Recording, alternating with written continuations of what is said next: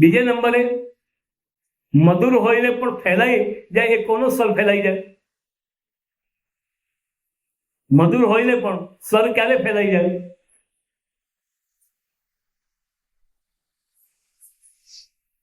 આ પણ સ્વર મધુર છે, સુંદર છે, પણ એ દરેક બાજુ ફેલાઈ જાય છે.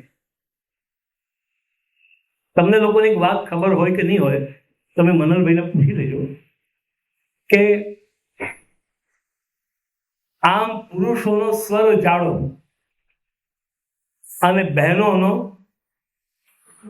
પણ તમે સ્વરની અંદર જાઓ ને તો બહેનો એ નીચેથી ગાય છે સ્વરમાં, અને પુરુષોનો સ્વર ઉપરનો છે.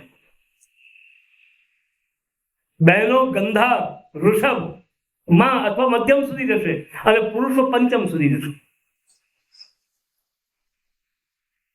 પુરુષોનો સ્વર એ હંમેશા ઊંચો હોય છે. ત્યારે સ્વર કોનો ફેલાઈ જાય છે? કીર્તન ગાન કરતી વખતે કીર્તનની અંદરના જે ભાવો છે બતાવેલા, કીર્તનની અંદર બતાવેલા જે શબ્દો છે, એ શબ્દોના અંદર રહેલો ભાવ એનાથી અલગ 10 જગ્યાએ જ્યારે આપણું મન ફેલાયેલું હોય છે ત્યારે આપણો સ્વર પણ ફેલાઈ જાય છે. એટલે કીર્તન કેવી રીતે કરવું? જ્યારે કરવા બેસો ત્યારે બરાબર એની અંદર જ એ જ ભાવમાં તમારા મનને પરોવી અને તમે ગાઓ. એ વખતે તમારા મનની અંદર બીજા કોઈ પણ ભાવો નહીં, બલકે ત્યાં સુધી કે સેવાના પણ, કૃષ્ણને માટેના પણ જે કીર્તનથી અલગના ભાવો. તમે કીર્તન કરી રહ્યા છો, કયું ચાલો સખી સૌતે કે ઘરે જઈએ અને ઠાકોરને ભોગ કરવા બાકી છે, ભલે ઠાકોરનો વિચાર છે પણ આ વિચાર પણ તમારા સ્વરને ફેલાવી દેશે.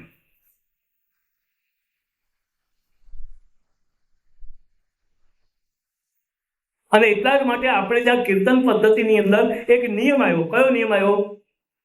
એક બહુ સારો નિયમ મૂક્યો. ઋતુ અને સમય અને લીલા એના અનુસાર કીર્તન કરવા, એના અનુસાર કીર્તન કરવા. હવે એક વાત તમને હું પૂછું કે શયન વખતે ભૈરવ રાગ કેમ નહીં ગવાય? શયનની અંદર ભૈરવ રાગ કેમ ન ગવાય? અને ઠાકોરજીને જગાડીએ ત્યારે કેદારો કેમ નહીં ગવાય?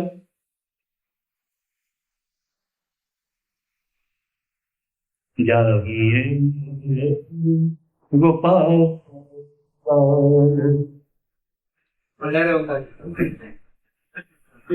સાસા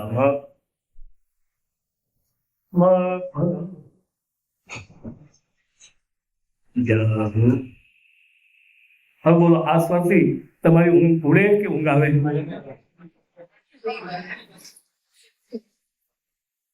એક તો ઋતુના અનુસાર, જેવી ઋતુ તેની સાથે મેચિંગ, જેવી ઋતુ તેની સાથે મેચિંગ, અને જે સમય તેની સાથે મેચિંગ. હવે તમે રાતના 10 વાગે ઠાકોરજીને જગાડી, રાતના 10 વાગે જગાડો એટલે રાતભોગ કેટલા વાગે થાય? 12 તો વાગે છે. હવે તે વખત તમે પેલું કીર્તન ગાઓ, કાય મેં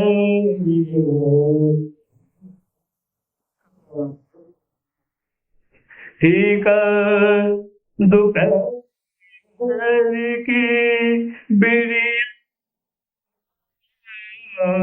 आए मैं. હવે આ રાતના 12 વાગે ઠીક દુપહેરે કી પીડિયા, એનો ભાવ ક્યાંથી મનમાં પેદા થાય? આમ ઉપર જો તો ચંદ્રમાં દેખાય અને એને જોતા જોતા તમે કહો આए हो मेरे ठीक दोपहर की पीडिया. એટલે મહાપ્રભુજીએ, ગોસાઈજીએ એક એવી સુંદર, એટલે ઋતુ, સમય અને ઠાકોરજી જે લીલામાં બિરાજતા હોય, વળી આ બધું હોય પણ ઠાકોરજી તે લીલામાં બિરાજતા હોય. સવારના 5 વાગે, આમ તો ભૈરવનો સમય એ સવારના એકદમ પ્રાતઃકાળ છે. ઘણા લોકો એમ કહે છે કે પુષ્ટિ માર્ગમાં ભૈરવી રાગ છોવાઈ ગયો છે. કેમ છોવાઈ ગયો? તો કે પેલા મિયાને ત્યાં એમણે ગાયો હોય તો છોવાઈ ગયો. તો મને હજી સુધી આ વાત હું સમજી શક્યો જ નથી કે કેવી રીતે છોવાઈ ગયું. જો મિયાએ પહેરેલી પાગ જો શ્રીનાથજી મસ્તક પર ધારણ કરી શકે તો મિયાને ત્યાં ગવાયેલો રાગ એ છોવાઈ કેમ ગયો? પણ ખરેખર વાત એ છે કે અમે લોકો નાનપણમાં જયારે સંગીત ભણતા હતા ને, સંગીત ટીચર પાસે, ત્યારે અમને એમણે ભૈરવીનું એક ગાયન શીખવાડેલું. ભૈરવી કવિ મનમાની પ્રથમ પ્રહર કી રાની ભૈરવી કવિ મનમાની. પણ કેવી? કેવી? પ્રથમ પ્રહર કી રાની, પ્રથમ પ્રહરની. તો આ પ્રથમ પ્રહરની રાણી છે. એટલે સવારના રાત્રિના 3 વાગ્યાથી લઈ અને 4:30 સુધીનો જે ટાઈમ, 3 થી 4:30 સુધીનો આ સમયની અંદર નહીં, રાતના 2 થી લઈ અને 3:30 સુધીનો સમય એ ભૈરવી. હવે મને તમે કહો કે ઠાકોરજીની સામે કયા સમય ગવાય? મંગળામાં, સિંગારમાં, રાજભોગમાં? જો છોવાયો ન પણ હોય તો એ ભૈરવી રાગ ઠાકોરજી સામે કયા સમયમાં ગાવો?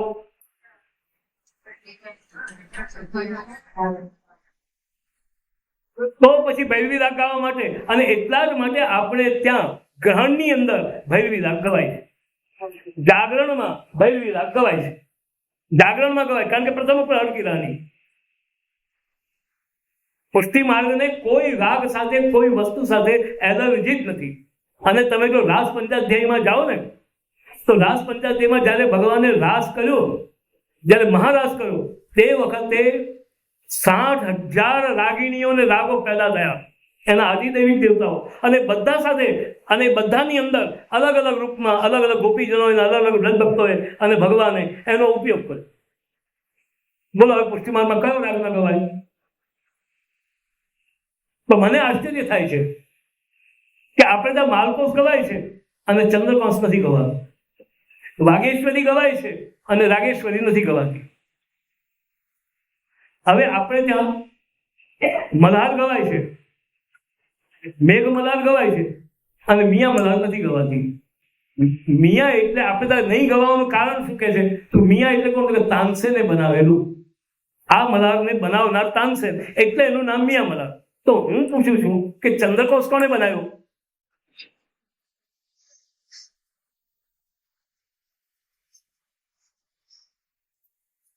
આપણે તો આ રીતે ખોટી ખોટી કેટલીક પભ લોકોની વિશિષ્ટ માન્યતાઓ અંદર ઘૂસી ગયેલી છે, અને એને કારણે આજે આ પુષ્ટિ માર્ગ ચાલી રહ્યું છે. ત્યારે વાસ્તવની અંદર આ કોઈ પણ રાગ ન ગવાય એવું છે જ નહીં, અને આ કોઈ પણ વસ્તુ ન ગવાય એવી પણ નથી. પણ આપણી સાધનામાં અષ્ટછાપ, ઠાકોરજીને કે તમારા ગરબા તમે ઠાકોરજી આગળ ગાઓ તો નો ડિફિકલ્ટી. તમે તમારા ગુજરાતી ભજનને દોડ ઠાકોરજી સામે ગાઓ તો નો ડિફિકલ્ટી. પણ તમારી સાધનામાં આ જરૂરી છે. એમાં ઠાકોરજીને એલર્જી નથી. એટલે જેનો અવાજ ફેલાઈ જતો હોય, એટલે સેવાના સમયમાં કીર્તન ગાતી વખતે તમારી 10 જગ્યાની અંદરની વસ્તુઓ જવી, મન જવું, એ તમારા અવાજને ફેલાવી દે. તેવી રીતે ત્રીજો ગાના ન લક્ષણ, ત્રીજું લક્ષણ છે સ્નિગ્ધ.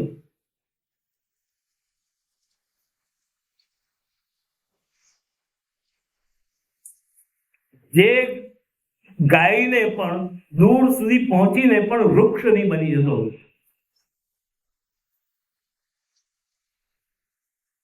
જે દૂર સુધી સંભળાઈને પણ વૃક્ષ નહીં બનતો હોય. દૂર સુધી સંભળાઈને પણ વૃક્ષ કયો બને? આમ તો દૂર સુધી ઘણા શબ્દો સંભળાય, પણ વૃક્ષ કયો બને છે? આપણે જયારે ગુસ્સામાં આવી જઈએ અથવા તો અહંકારમાં આવી જઈએ ત્યારે નારાયણ, પણ આ શબ્દ છે ને દૂર સુધી સંભળાયો પણ છે વૃક્ષ. એટલે અંદર રહેલો અહંકાર એ હંમેશા દૂર સુધી સંભળાઈને પણ વૃક્ષ બનાવી દે છે.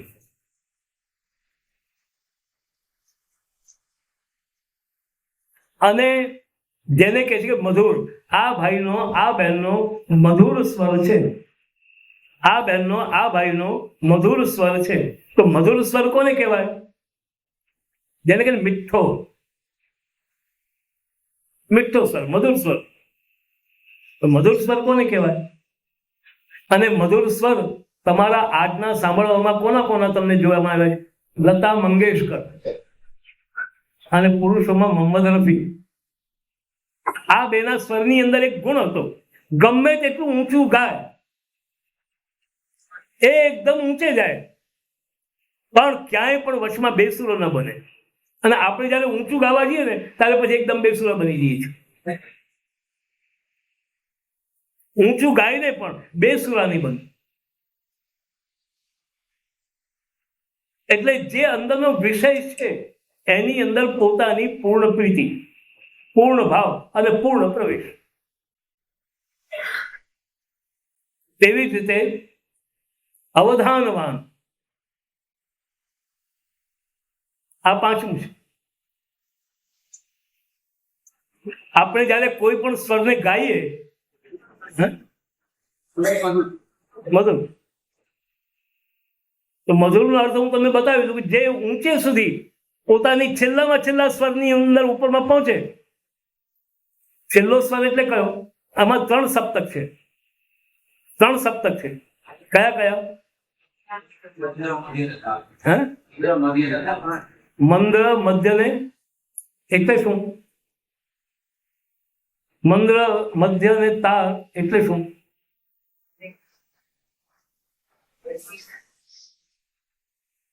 જે સ્વર હૃદયથી નીકળે એ મંદ્ર, જે સ્વર હૃદયથી નીકળે એ મંદ્ર,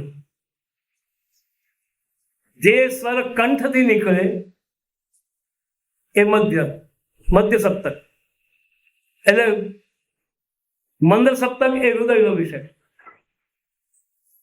મધ્ય સપ્તક એ કંઠમાંથી નીકળે સ્વર, અને તાર એટલે શીર્ષ, માથામાં. માથામાં થઈ અને વાણીમાં આવે એટલે એકદમ ઊંચો. એટલે સ્વરની જે સ્વર મૂળ ઉત્પન્ન થાય છે નાભીથી, પણ નાભીથી હૃદયમાં થઈને વાણીમાં આવે એને મંદ્ર સપ્તક કહેવાય. નાભીથી નીકળીને હૃદયમાં આવી અને જે કંઠમાં થઈ અને જે બહાર આવે એ મધ્ય સપ્તક. અને જે નાભીથી હૃદયમાં કંઠમાં થઈ શીર્ષમાં થઈ અને વાણીમાં આવે એ તાર સપ્તક.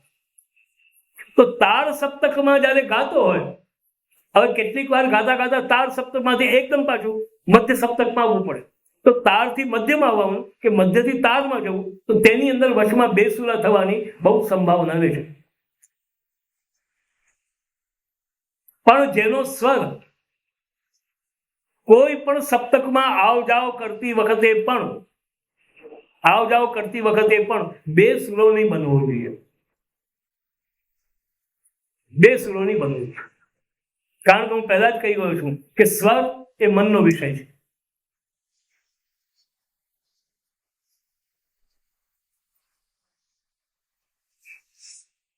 તે પછી આવે છે અવધાનવાન. અવધાનવાન એટલે એવું બતાવ્યું જેમાં સ્વરની ગિરાવટ ઊંચેથી જઈને પણ નીચે આવતા પણ જેની અંદર ક્યાંય કોઈ ગિરાવટ નહીં આવતી હોય એ અવધાન. ઊંચેથી ગાય ત્યારે પણ અને એકદમ પાછો નીચે આવે ત્યારે પણ અને એકદમ વચમાં જાય ત્યારે પણ એના સ્વરની અંદર કોઈ ગિરાવટ નહીં આવતી હોય અને સ્વરની મધુરતા જેમાં જળવાઈ રહેતી હોય.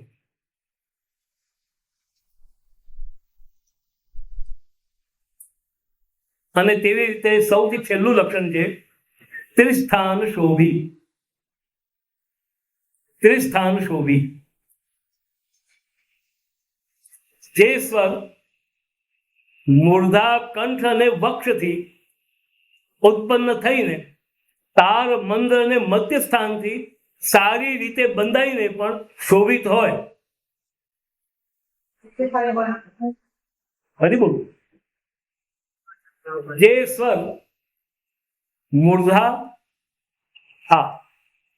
મૂર્ધા એટલે પછી આ કંઠ, વક્ષ એટલે હૃદય, એનાથી ઉત્પન્ન થઈને તાર મંદ અને મધ્ય સ્થાન સાથે સારી રીતે બંધાઈને શોભેલો હોય. ત્રણેય જગ્યાને શોભિત કરતો હોય. એટલે તમે જયારે કીર્તન ગાઓ ત્યારે કીર્તન ગાનની અંદર તમારો સ્વર આ ત્રણને માટે ત્રણેય જગ્યાએ પણ શોભિત હોવો જોઈએ, અશોભિત નહીં. ત્રણેય જગ્યાએ આ પ્રકારના જયારે લક્ષણો હોય, એ કંઠના લક્ષણ છે, અને કીર્તન ગાન કરનારાએ આ લક્ષણો ડેવલપ કરવા. અને આ લક્ષણોને ડેવલપ કરવા માટે અત્યારે હવે મારી પાસે અવકાશ નથી, નહીં તો તમને હું માનસિક સાધનો પણ બતાવશે કે આ દરેક સ્વરને સુધારવા માટે આપણે અહીંયા શું ઈલાજ કરવો, કઈ દવા પાવી. દરેકનો સ્વર ગળામાંથી એ મનમાંથી જ આવે છે. તમે જોઈ લો, તમને જયારે બહુ પ્રેમ થાય છે, તમને જયારે કોઈને માટે બહુ પ્રેમ થાય છે, ત્યારે તમે કયા સપ્તકમાં બોલો છો? તમને જયારે કોઈને માટે બહુ જ પ્રેમ આવે છે ત્યારે કયા સપ્તકમાં બોલો છો?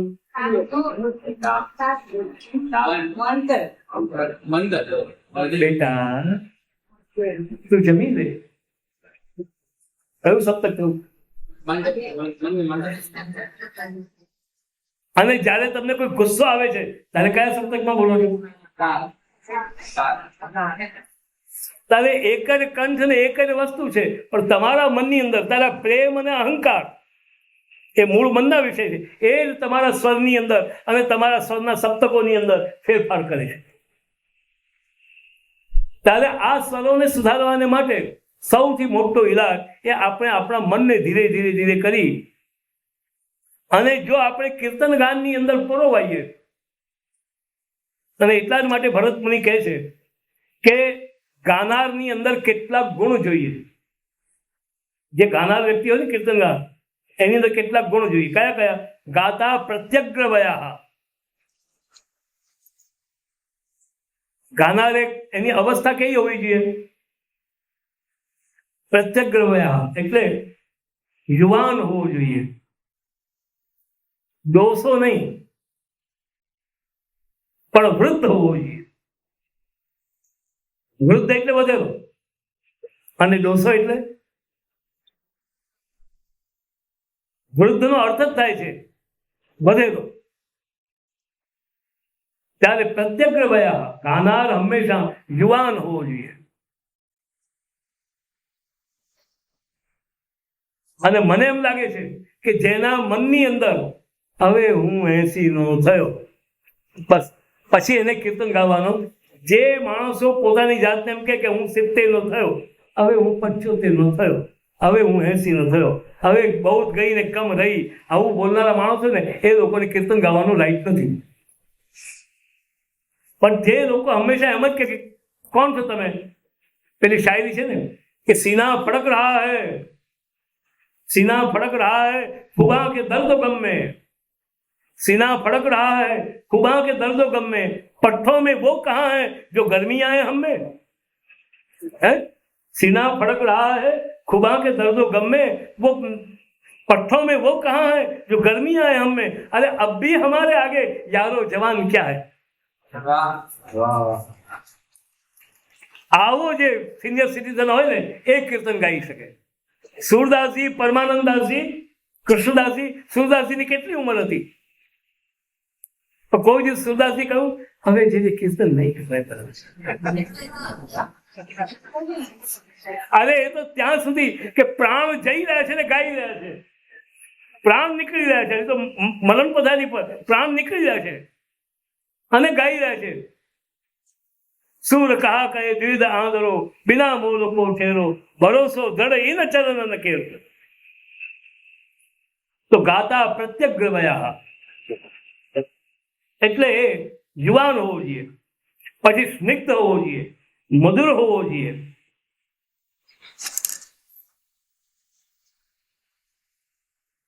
અને તેની સાથે લય, તાલ, કલા, પાલ, પ્રમાણ વગેરેથી એના તત્વને જાણનારો હોવો જોઈએ કે લય એટલે શું, કલા એટલે શું, તાલ એટલે શું.